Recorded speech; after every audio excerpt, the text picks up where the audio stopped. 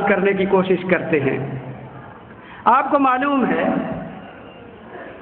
اللہ رب العالمین نے بیان فرمایا قرآن میں، یا ایھا الذین آمنوا انما الخمر والمیسر والانصاب والازلام رجس من عمل الشیطان فاجتنبوہ لعلکم تفلحون۔ اے وہ لوگوں جو ایمان لائے ہوئے، شراب اور جوا اور تھان اور پانسے کے تیر، یہ سب کے سب پلید شیطانی عمل ہیں، ان سے دور رہو، ان سے بچو تاکہ تم فلاح پاؤ۔ کتنے ایسے ہیں اپنی پوری تنخواہ اسی جوئے میں لگا دیتے تھے، کبھی کچھ پیسہ حاصل کر لیا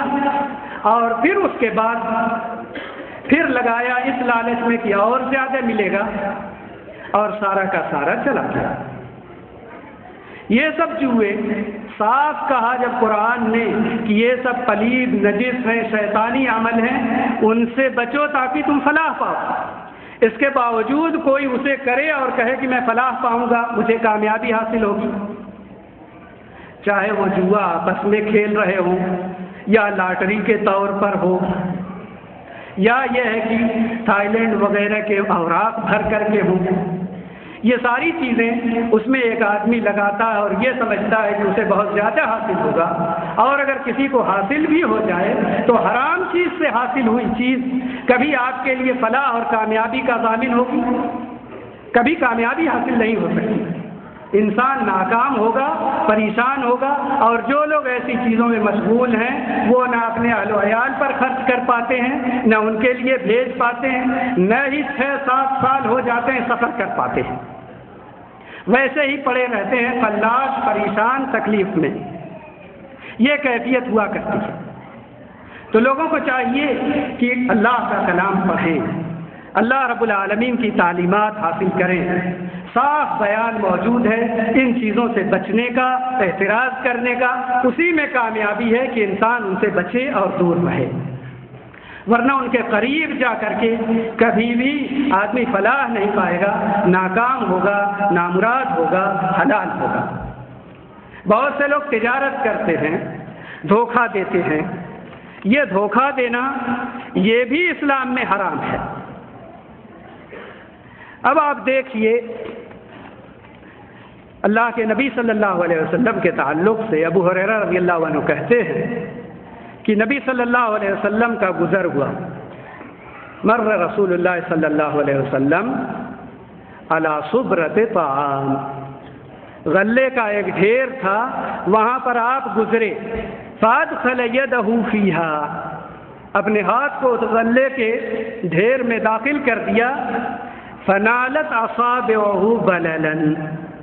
آپ کی انگلی تر ہو گئی، انگلیاں یہ تر ہو گئیں، تو آپ نے فرمایا ما ھذا یا صاحب الطعام، اے غلے کے مالک یہ کیا ہے، میری انگلیاں کیوں پانی سے تر ہو گئی ہیں؟ قال اصابتہ السماء، بارش نازل ہوئی تھی اس لیے پانی اس میں جمع ہوا ہے۔ تو نبی صلی اللہ علیہ وسلم نے فرمایا افلا جعلتہ فوق الطعام، کیوں نہیں غلے کے اوپر اس بھیگے ہوئے غلے کو رکھ دیتے تاکہ لوگ اسے جان لیں، من غش فلیس منی، جو دھوکہ دے وہ مجھ میں سے نہیں ہے، وہ ہم مسلمانوں میں سے نہیں ہے جو دھوکہ دے۔ آج کل موبائل، جوال وغیرہ کا خوب کاروبار ہوتا ہے، دکان والے بعض کیا کرتے ہیں، اس کے پاس بھی موبائل ہے، اس کے پاس بھی ہے، اس کے پاس بھی ہے،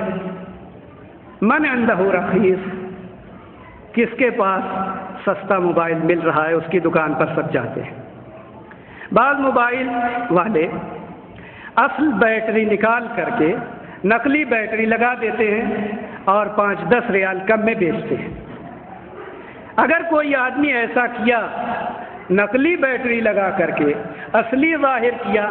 اور پھر اسے بیچا، تو کیا یہ دھوکے اور غش میں شامل نہیں ہوگا؟ اب وہ تھوڑے سے مال کی وجہ سے کیوں اپنا مال خراب کر رہا ہے، کیوں حرام کمائی حاصل کر رہا ہے اور اس طریقے سے اپنے کسٹمر کو بنا رہا ہے، اور حقیقت یہ ہے کہ حرام کھا رہا ہے اور اسے احساس نہیں ہے۔ دیکھیے غلہ صرف نیچے جب بھیگا ہوا تھا اور وہ آدمی اسے اوپر نہیں کیا تو نبی صلی اللہ علیہ وسلم نے کیسے تنبیہ کی اور کہا جو دھوکہ دے وہ ہم میں سے نہیں ہے۔ تو لوگ کبھی کبھی اس طرح کے کام کرتے ہیں، دھوکے دیتے ہیں، یا پھل فروٹ سبزیاں بیچنے والے لوگ خراب پھل ٹوکری کے نیچے رکھ دیتے ہیں اور اچھے خوبصورت پھلوں کو اوپر رکھ دیتے ہیں، اور یہ ظاہر کرتے ہیں کہ سارے کے سارے پھل اچھے ہیں۔ اب ایک خریدنے والا ایک ایک پھل ہٹا کر کے تو نہیں دیکھتا، وہ خرید لیتا ہے، اوپر کے جب پھل استعمال کر لیتا ہے تو نیچے سڑے گلے اور خراب مل جاتے ہیں۔ وہ تو صحیح سالم خریدا تھا، یہ سوچ کے نہیں خریدا تھا کہ نیچے خراب رکھے ہوئے ہیں، تو یہ دھوکہ دیا اس خریدنے والے کو۔ اور اس طریقے سے مختلف کام لوگ کرتے ہیں کہ لوگوں کو دھوکہ دیتے ہیں، اپنے سامان بیچتے ہیں، اور وہ یہ سمجھتے ہیں کہ مال ان کے پاس آ گیا، ان کے قبضے میں آ گیا تو وہ حلال ہو گیا، چاہے وہ حلال طریقے سے آیا ہو یا نہ آیا ہو۔ تو معلوم ہونا چاہیے کہ اگر حلال طریقے سے نہیں آئے گا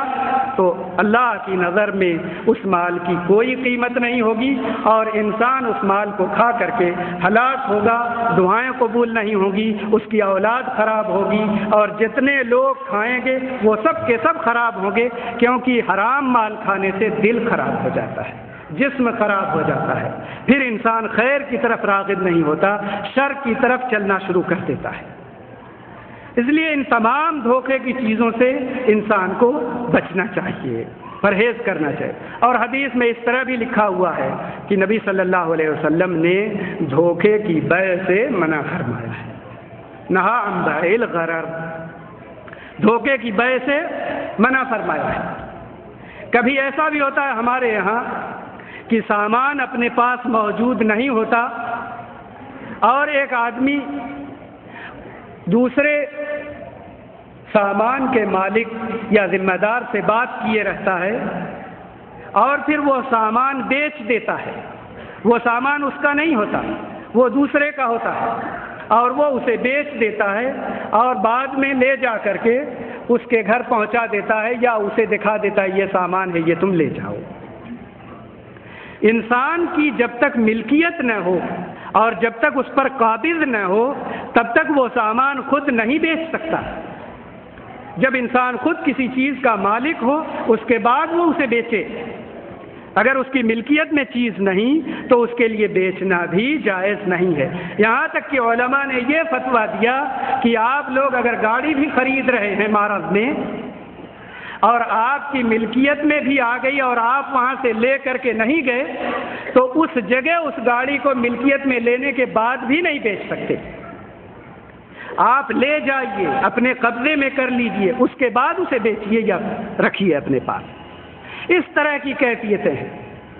لیکن دیکھیے کس طرح حرام طریقے پر لوگ چل رہے ہیں اور کمائی حاصل کر رہے ہیں، مال حاصل کر رہے ہیں، اور وہ یہ سمجھتے ہیں کہ اس میں کوئی حرج کی بات نہیں۔ یقیناً حرج کی بات ہے، گناہ کی بات ہے۔ انسان کو ان سب چیزوں سے بچنا چاہیے، پرہیز کرنا چاہیے، بہت ضروری ہے، ورنہ انسان تھوڑی سی غفلت کی وجہ سے ہلاک ہو جائے گا، تباہ ہو جائے گا، دعائیں قبول نہیں ہوگی، پریشانی کی زندگی گزارے گا، اور وہ یہ سمجھے گا کہ میں تو بہت دعا کرتا ہوں قبول ہی نہیں ہوتی، اور میرے لیے یہ مشکلیں ہیں اور میرے لیے یہ پریشانیاں ہیں۔ پریشانی کا سبب ہم لوگ خود بنے ہوئے ہیں۔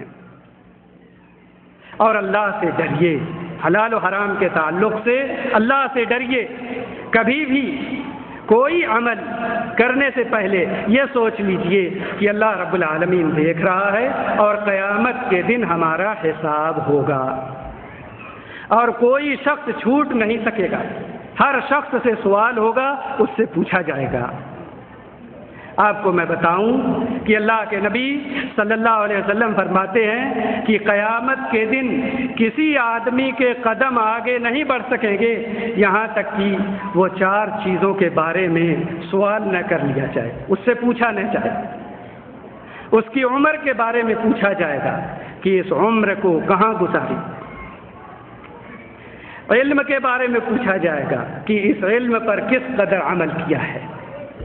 مال کے بارے میں پوچھا جائے گا کہ کہاں سے کمایا ہے اور کہاں خرچ کیا ہے۔ مال،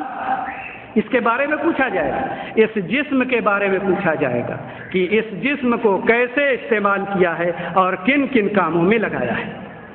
تو دیکھیے، عمر کے تعلق سے بھی سوال ہے، علم کے تعلق سے بھی سوال ہے، جسم کے تعلق سے بھی سوال ہے، اور کمائی کے تعلق سے ایک تو سوال یہ ہے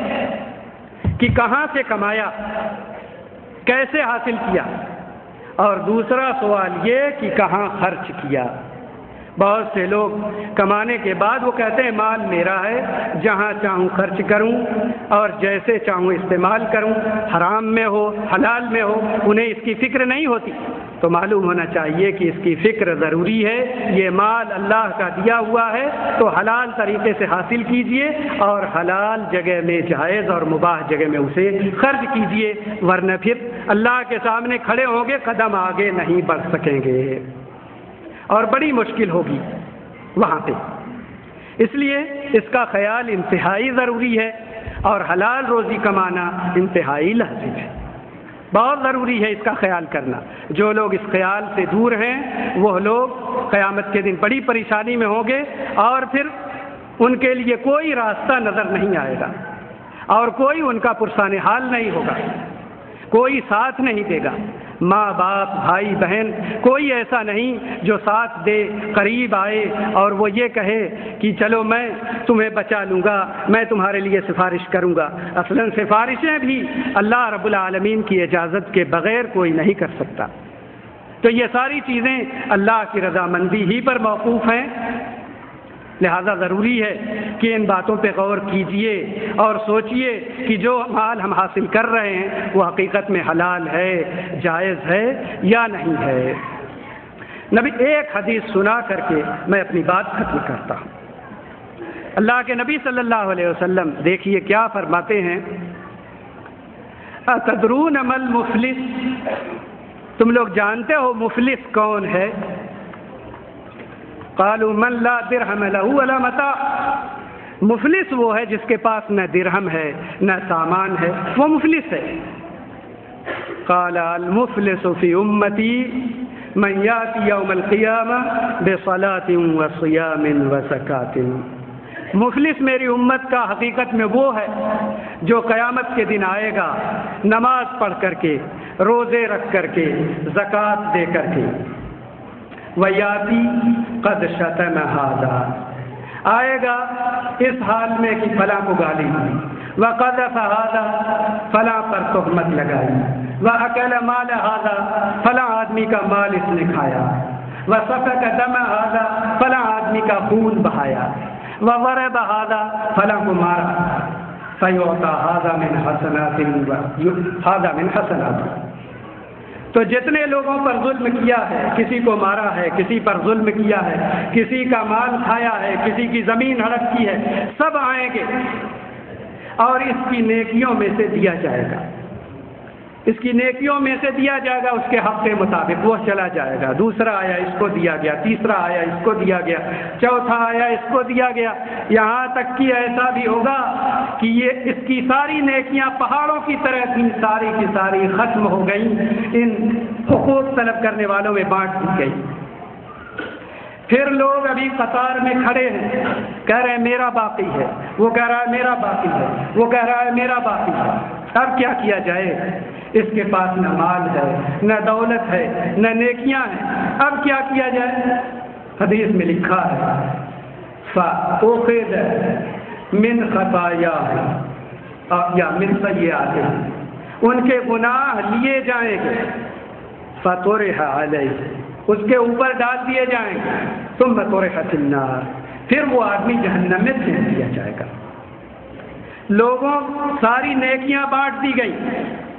جو کچھ عمل کیا تھا، نماز پڑھا، روزہ رکھا، زکوٰۃ دیا، نیکیاں کی، سب بانٹ دیے گئے۔ اس کے بعد حال یہ ہو گیا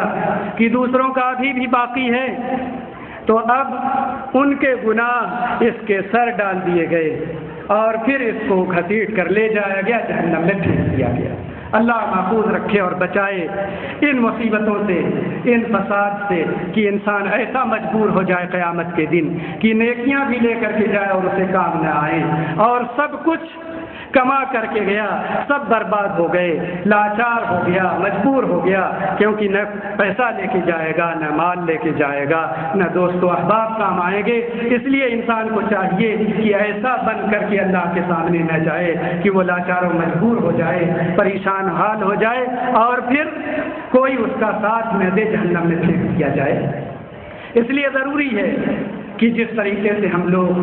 نماز اللہ کے لیے پڑھتے ہیں، جس طرح اللہ کے لیے زکوٰۃ دیتے ہیں، اللہ کے لیے روزے رکھتے ہیں، اللہ کے لیے نیکیاں کرتے ہیں، اسی طریقے سے اپنی روزی کو بھی اچھی بنائیں، اپنی روزی کو بھی پاکیزہ بنائیں، حلال اور جائز طریقے سے کمائیں اور حرام طریقوں سے بچیں، تاکہ ہمارا جسم حلال روزی سے پلے، اور حلال روزی سے پلنے والا جسم اور اس کا صدقہ اللہ کی نظر میں مقبول ہوتا ہے، محترم ہوتا ہے۔ اللہ تعالی ہم لوگوں کو صالح اور نیک بنائے، حلال روزی کمانے اور کھانے کی توفیق دے، اور شر و فساد اور برائیوں سے بچائے اور محفوظ رکھے۔ وصلی اللہ وسلم علی نبینا محمد وعلی آلہ وصحبہ وسلم۔